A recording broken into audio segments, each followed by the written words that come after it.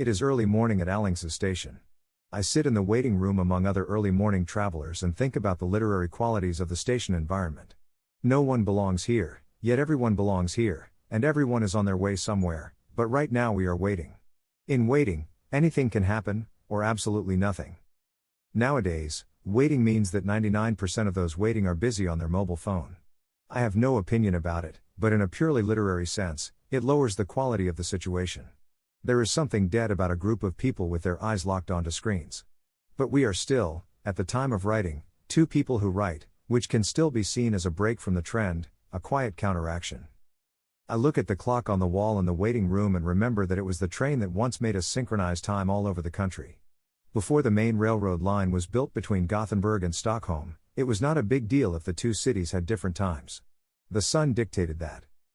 But one autumn day, more specifically on November 4th, in 1862, the first Stockholm train steamed into Gothenburg Central Station, and the 24 minutes that had previously separated the cities had to be synchronized to a common time. In old calendars from the end of the 19th century, you can therefore find tables that showed how to calculate the correct time from a sundial, depending on where in the country you were. Not so important today. It was also at this time that people were worried that the speed of the train would be harmful to humans.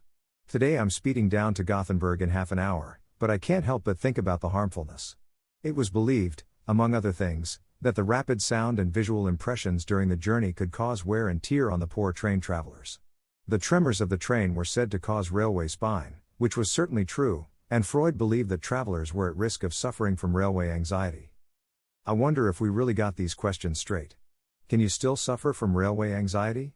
And isn't it the case that one can accidentally travel away from one's soul if the going gets really bad?